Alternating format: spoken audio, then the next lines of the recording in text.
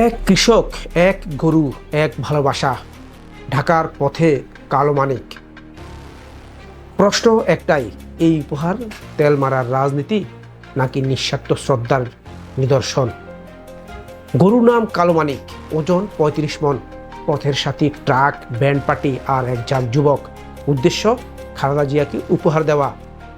কিন্তু এই ঘটনার পেছনে আছে এক গভীর সামাজিক এবং রাজনৈতিক বার্তা।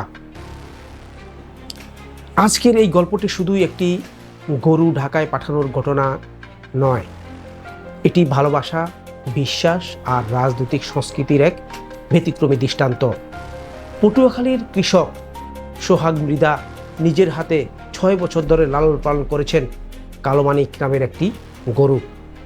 ঈদুল আজহার আগে তিনি সেটি উপহার দিতে রওনা হয়েছেন বিএনপি চেয়ারপারসন বেগম খালেদা জিয়ার বাসাকে উদ্দেশ্য করে। গরুটির ওজন প্রায় ৪১০ কেজি, লম্বায় ১০ ফুট, উচ্চতা ৫ ফুট ৪। ৩টি ট্রাকে শোভাযাত্রার মতো করে শুরু হয় এই যাত্রা। এক ট্রাকে গরু, আরেক ট্রাকে বাদ্যযন্ত্র, তৃতীয় ট্রাকে সোহাগ ও তার দলবল। তাদের বিশ্বাস এই উপহার নেত্রীর প্রতি ভালোবাসার প্রতীক।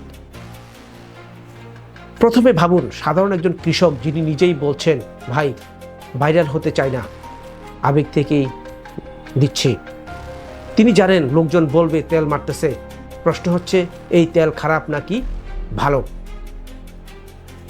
আমরা সাধারণত তেল মারার মানে বুঝি সুবিধা লুটে নেওয়া, দুর্নীতি, পেছনের দরজা দিয়ে পদ পদবি, কোটি টাকা কামানো।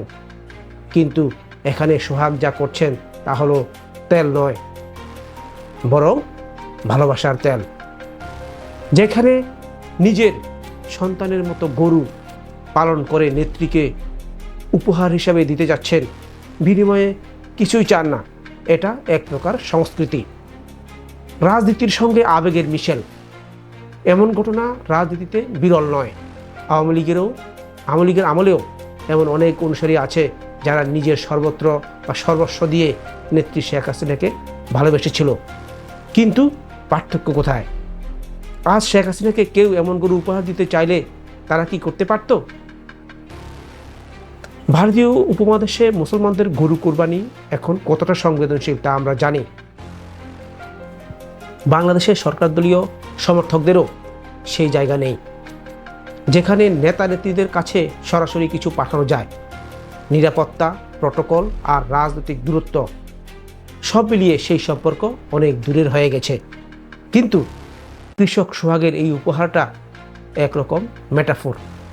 সে আসলে একটা বার্তা দিচ্ছে, নেত্রী আপনি আমাদের জন্য কতটা গুরুত্বপূর্ণ, আপনি এখনও আমাদের মাঝে আছেন।